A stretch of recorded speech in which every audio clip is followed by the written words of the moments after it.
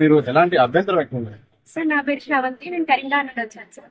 నేను చెప్పే విషయం ఏంటంటే క్లాస్ యాక్చువల్ అయితే 2015 కన్నా ముందు బీటెక్ చేసిన వాళ్ళకి పీరియడ్ యాక్చువల్ చెప్పాలంటే ఫీ రీయింబర్స్మెంట్ ద్వారా బీటెక్ స్టూడెంట్ చాలా మంది అయిపోయింది. తర్వాత సాఫ్ట్వేర్ రిజిస్ట్రేషన్ వల్ల అందరూ అన్ఎంప్లాయ్మెంట్ అయిపోయింది. అప్పుడు అందరిలో ఉన్న కేవలం సంఖ్యలు వేలకు పెరిగిపోయాయి.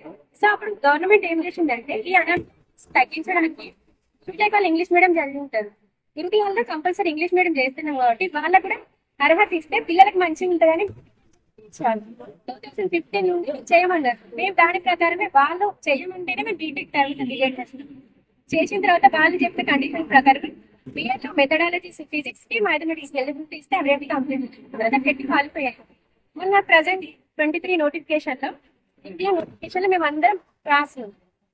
దాదాపు ఒక 270 మెంబర్స్ బీటెక్ అభ్యర్థులు అయితే అందులో 90 మెంబర్స్ కి 1:1 వచ్చింది. కానీ వాళ్ళందరూ విధిగా పెట్టి దీనికి రీజన్ వాళ్ళు బిఎడ్ చేయమంటారు, వాళ్ళు పెట్టి రాయమంటారు, వాళ్ళే నోటిఫికేషన్ ఇచ్చారు, వాళ్ళే 1:1 పెట్టారు. మాకు వెరిఫికేషన్ ప్రాబ్లం ఎలిజిబుల్ అనే గ్రీన్ స్టాంప్ కూడా వేసారు, 1:1 నేమ్ ఇచ్చారు. చూద్దాం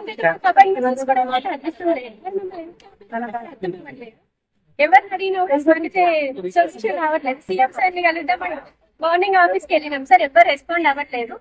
పిఏ వరకు వెళ్తుంది కానీ మా మ్యాటర్ అనేది సీఎం సార్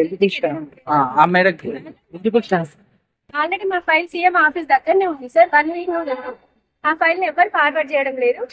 దయచేసి సీఎం గారు ఈ వీడియో కనుక చూస్తే తొందరగా రెస్పాండ్ అవి నార్మల్ తో పాటు రెగ్యులర్ పిల్లలతో పాటు మాకు కూడా అపాయింట్మెంట్ ఇప్పించండి సార్. చిన్న పిల్లలు వేసుకొని 2 years నుండి నేను కష్టపడుతున్నాను సార్. నాలాంటి పిల్లలు చాలా మంది ఉన్నారు సార్. ప్లీజ్ మమ్మల్ని కన్సిడర్ చేయండి సార్. ఇంత చదివి కూడా ఇప్పుడు నాకు స్టేట్ లో 46th ర్యాంక్ వచ్చింది. నాతో చదివిన వాళ్ళందరూ అపాయింట్మెంట్స్ తీసుకుంటున్నారు. నాకు చాలా ఏడుపు వస్తుంది.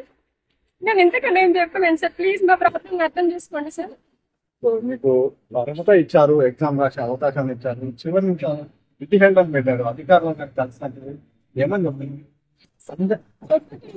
మాట్లాడుతున్నారు సార్, ఎవరేం చెప్పట్లేదు. కొందరేమో మీరు ఎందుకు చేసిరు అంటారు, కొందరేమో మీకు ఎవరు ఇచ్చిరు అంటారు, కొందరు మీకు మీరే పెద్ద పెద్ద చదువులు చదివి రీజాబ్ ఎందుకు అంటారు, కొందరేమో మీకు అసలు ఏం రాదు మీకు ఎందుకు అంటున్నారు. మరి ఎన్సిటీ ఇచ్చినప్పుడు వాళ్ళ కండిషన్స్ వీళ్ళందరూ ఫాలో అవ్వాలి కదా సార్. వాళ్ళకంటే తెలిసిన వాళ్ళకి తెలియదు కదా మన స్టేట్ లో.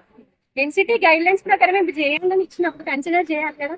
డిఎస్సి కూడా ఎలిజిబిలిటీ ఇచ్చింది సార్. మరి డిఎస్సికి ఇచ్చింది సార్, తుర్కులకు ఇవ్వండి అంటే వాళ్ళు ఇవ్వట్లేదు సార్. వాళ్ళ ప్రాబ్లం అర్థం అవ్వట్లేదు.